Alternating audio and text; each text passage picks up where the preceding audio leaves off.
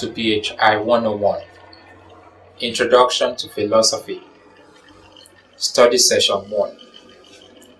You can't escape philosophy. Introduction. In this study session, we will attempt to clarify what philosophy means by looking first at some of the reasons why a human being cannot escape the endeavor that we call philosophy. Learning outcomes. When you have studied this session, you should be able to 1. Explain why philosophy is related to your life experience. 2. Discuss the concept of philosophy. Reasons why philosophy is inevitable. Philosophy as a discipline is usually considered to be a useless and abstract discipline. Others see it as an exclusive upper-class course which is suitable for those who are out of touch with reality. Most people also see it as a skeptical and distrustful subject that makes one anti-religious and anti-God. For the students, especially in Africa and particularly in Nigeria, philosophy does not in any visible way, unlike law, business management, economics, medicine, or accountancy, promise a fulfilling future prospect necessary for survival. In fact, I suspect you also have some of these ideas about the course you have chosen as your course of study. You ask yourself, what can philosophy do for me? What does it even mean? Where can I work with a degree in philosophy? If my future employers see philosophy attached to public affairs, will they not think I am an abstract person? I can tell you that you are not alone in asking these questions. Majority of all the students in many of the philosophy departments in Nigeria also enter their first level with a series of similar questions in their mind. The indication of the poor regard that people give philosophy is revealed in the population of those who register for philosophy in the university. Experience shows that 98% of these students' population only chose philosophy as a consolation so as not to lose their admission slot. The other 2% chose philosophy out of a lack of better discipline to choose or because they are not qualified for the better courses. The truth, however, is that whether we like it or not, whether we understand it or not, and whether we want to do it reluctantly or excitedly, philosophy is inevitable and inescapable. And it is inevitable and inescapable because you are a human person who has been endowed with the faculty to reason and question the world around you and all the circumstances that surround you in that world. According to Plato, one of the greatest of the Western philosophers, philosophy developed out of wonder and curiosity. This curiosity, according to Aristotle, Plato's disciple, pushes men to want to know what they do not initially know. Here, we have our first reason for saying that philosophy is inescapable. We have been constituted in such a way as to be regarded as curious beings who always desire to know what is hidden. As human beings, we are always filled with the need to make sense of our surroundings. Unlike the animals which really have no care beyond what their biological makeup demands. For instance, I'm sure you'll be concerned about whether or not the rain falls, whether or not government increases taxes, whether or not you give birth, whether or not the world will end in a week's time, whether or not your parents die now or in 5 years' time, whether or not you ought to marry and have children, whether or not you should continue with the distant learning program, whether or not you are retrenched from work, whether or not you should take bribe in your office, whether or not being honest can make you rich and comfortable, whether or not your present life is meaningful, whether or not you ought to be religious, whether or not you should take bribe in your office, whether or not being honest can make you rich and comfortable, whether or not there is heaven and hell, and so on. Philosophy is therefore inescapable because, as humans, we always consciously or unconsciously attempt to make sense or meaning out of our environment. We are filled with the intrinsic need to understand the world in which we live and our place in that world. Unlike the animals, with which we share certain fundamental traits, the need for food and shelter as well as the emotional need for love, human beings are the only species that are conscious of having an experience of what is going on around them. You are presently reading this book, but you are not alone reading it. You are also aware that you are reading it. We have just examined the first reason why you cannot escape philosophy, in spite of your hatred for it, as a supposedly difficult and abstract subject. This reason is that all human beings are created with the need to understand and make sense of the world in which they find themselves. We are all consciously or unconsciously interested in knowing why we are created at all and where we are heading. We want to know whether our lives are meaningful and what gives it that meaning. It is this reason that makes all of us philosophers. We shall now go on to look at the second reason why philosophy cannot be ignored or escaped or neglected. The second reason why philosophy is inescapable is that philosophy determines fundamentally the quality and essence of our lives.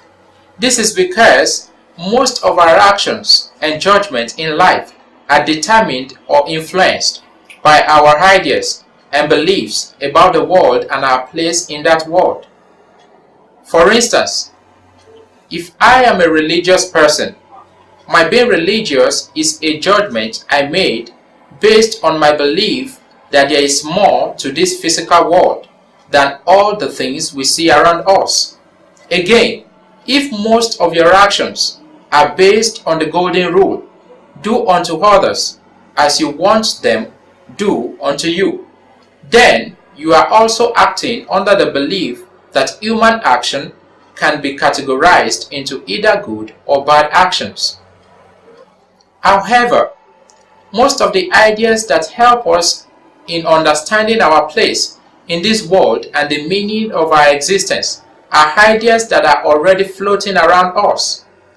They are ideas that are already diffused into our culture and society. We get them in the beer parlor, from our parents, at the newspaper stand, from our friends, in the bedroom, at the barber shop, from the mechanic workshop, in the school and the hospital, in the school and the hospital, from churches and mosques, and so on. These ideas are at work anytime we express our hopes, fears, values, ideas, ambitions, beliefs, attitude, and so on. We can say, in other words, that these ideas are like the cold that we normally catch in the rainy season without being aware of where it comes from. We may not know who or what has given us the cold, but once we catch it, it becomes our cold, my cold. So also, most of us pick ideas and beliefs floating around us in our culture and society and make them our own. For instance, can you really pinpoint where you got your idea that all men are selfish in nature? Where did you get the belief that you should always keep your promises? Or the belief that women are inferior to men. The point we are making here is that if we look critically, we will discover that in our environment there are philosophical assumptions, ideas, questions, and issues that we deal with on a daily basis without recognizing that we are already involved with philosophy. I will provide about 5 examples of some of these experiences we have had or we may have. You visited a sophisticated industry where robots are employed to do the manual jobs. As you watch the robots go about the business efficiently and effectively, a thought popped into your head as to whether you are not also a robot that has somehow been programmed to do all you are able to do now. You have just heard that the federal government of Nigeria has increased the pump price of petroleum products again, and that petrol now goes for 100 naira. You were so angry you began to wonder whether you even have the right to obey the government, especially when it comes to paying your tax. You called your children and warned them. You must always tell the truth at all times because truth pays. And one of them replied, "Daddy, how many truths do we have?" Another one asked, "Daddy, are all lies bad?" You just heard the news that the president pardoned 16 criminals who had been in prison for 10 years. You became extremely concerned and turned to your friend. "Do you think 10 years is enough to change a criminal?" Your friend replied, "These criminals should have been killed." You were amazed and asked why. He replied, "Because the prison only makes them worse and hardened." Your wife, or anyone for that matter, woke up suddenly from her sleep in the middle of the night, very afraid because she just had a terrifying dream. You tried to calm her, saying, "It's just a dream, relax." She looked at you and said, "It was so real, I am afraid." And you replied, "Dreams are not real, they only appear to be so." You confessed to your friend one day that the churches and mosques around you are becoming so noisy, you wish there would be a law that prevents them from using speakers outside the place of worship. Your friend replied that the law will be unconstitutional because it will prevent the churches and mosques from enjoying the freedom of expression of all the members. Each of these examples raises one philosophical issue or the other. The first one raises the problem of whether or not we are actually free to do what we do. The second example raises the crucial problem we all face daily about whether we are ever justified to obey a government, especially one which does not really care for its citizens. The third example is concerned with the fundamental problem of the nature of truth and lies. The fourth example raises a problem in the philosophy of law about the purpose of punishment, whether it really reforms or deters. The fifth example touches on the problem philosophers have faced on the difference between what is real and what is not real. The last example provokes the problem of how best to govern a good society and to regulate the freedom of its members.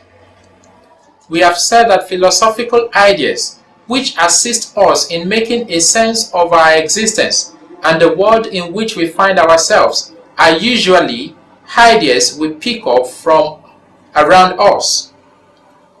We have also demonstrated some of the situations in which these ideas are used. The further point to make is that while most of us make use of these ideas most of the time, we seldom have the time to examine them more critically. Take the father or mother who told his children to always tell the truth. his likely answer to their questions would be, just do as I say and stop asking stupid questions. Or the husband who tells the wife that dreams are simply not real. Both of them will promptly go back to sleep, even though the next day the husband will mistake a stranger for someone he knew.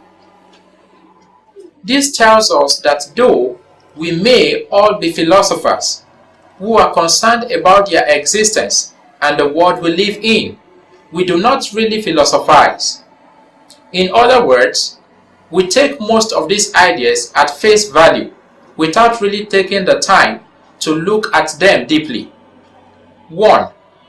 We do not have a clear picture or understanding of those ideas and beliefs that we claim to be ours. We just hold and use them arbitrarily. 2. We do not take time to examine these ideas and beliefs to understand their strength, weakness, and how reasonable they are.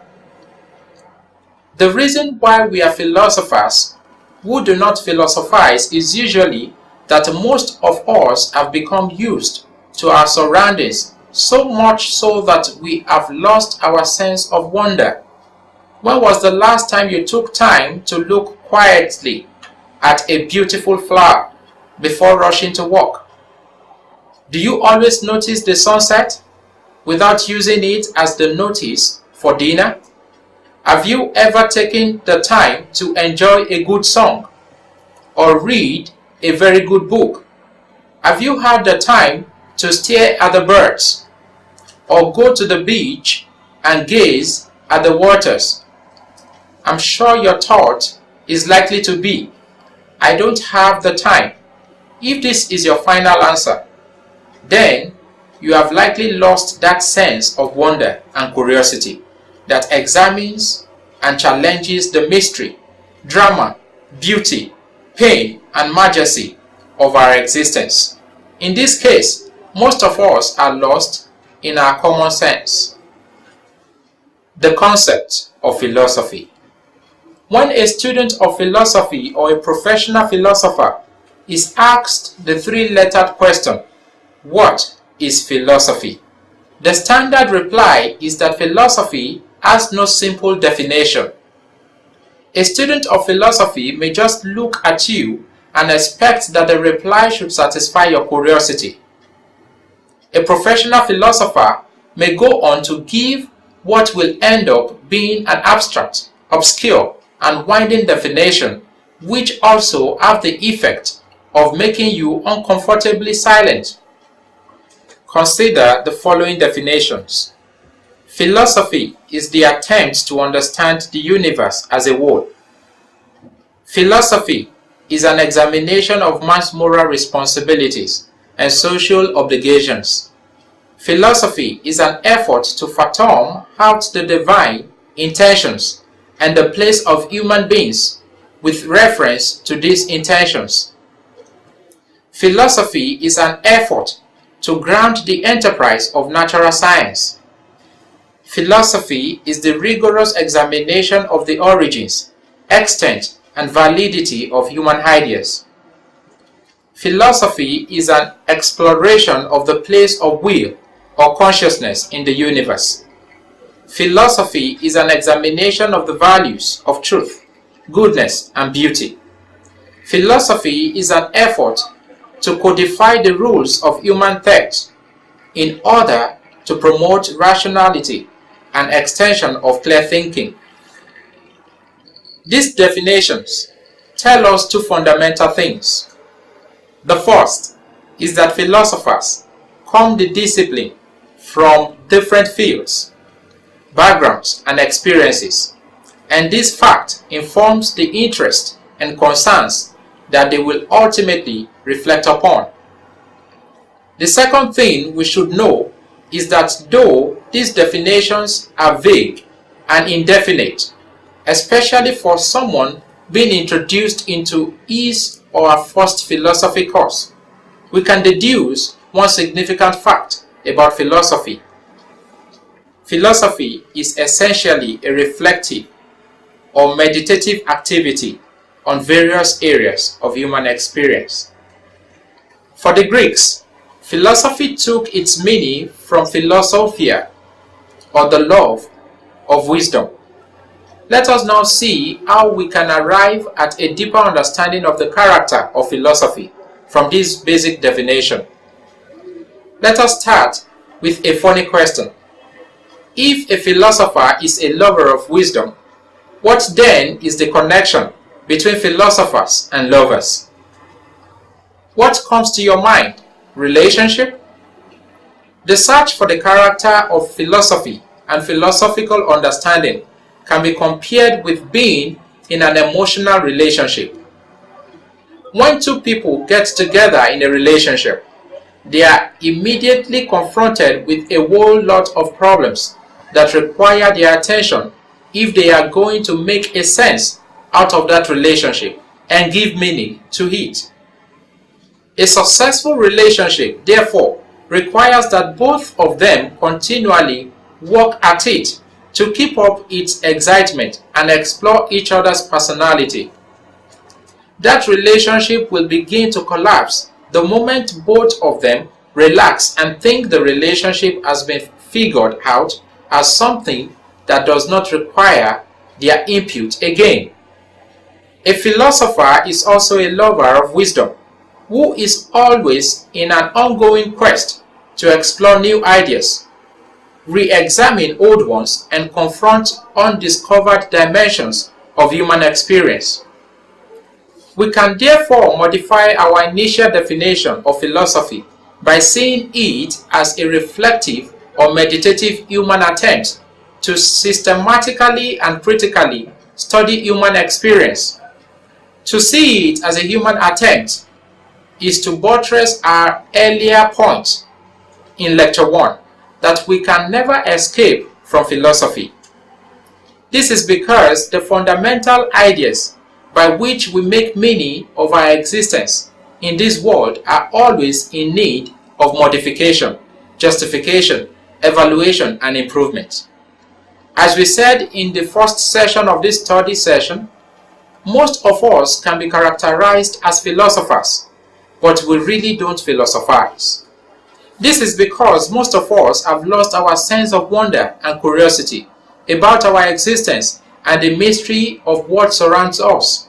It is very easy for us, for instance, to use the word philosophy in so many situations without really understanding what is required of us. For example, if you are a shop owner or a business person, you might say that your philosophy of business is never trust a person who comes to you for credit. For you were the chief executive officer of a firm. If you were the chief executive officer of a firm, your corporate philosophy might be to provide reliable products with good service. If you were a lawyer or a police officer, your working philosophy might be, without law, there can be no liberty. If you were a football lover, your sporting philosophy might be, winning is not the most important thing, it's the only thing. If you were a housewife or a husband, your matrimonial philosophy might be, my wife, my husband, or nobody else. The use of philosophy in the examples above refer to a general outlook, a policy or a principle that most of us hold as a guide to what we do or who we are. There is an important sense in which philosophy can be seen this way. This will be our concern in the next lecture 4. The problem, however, is that most of us hold this general outlook, policy, and principles without making the intellectual effort to examine the philosophical issues behind the claims we make. For the sporting fan, can we always afford to win, even if the opponent is dear to us? For the business person, what is the role of trust in human endeavors? For the business executive, what does good service mean? For the lawyer or police officer, are all laws to be obeyed? And for the housewife or the husband, what is love?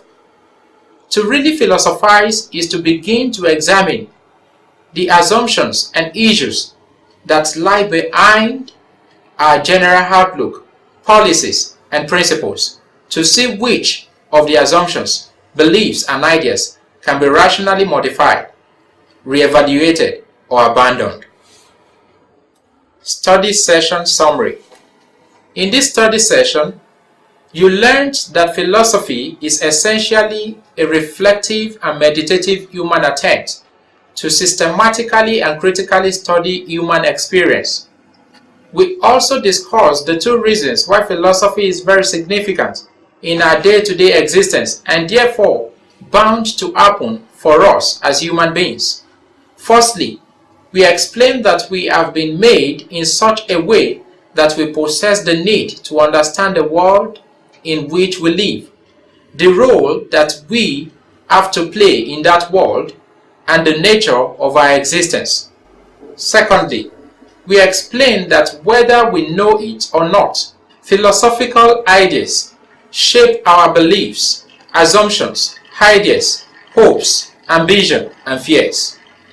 We get these ideas from all around us, but we adopt them as our ideas without any deep reflection on whether they are reasonable or not, useful or not.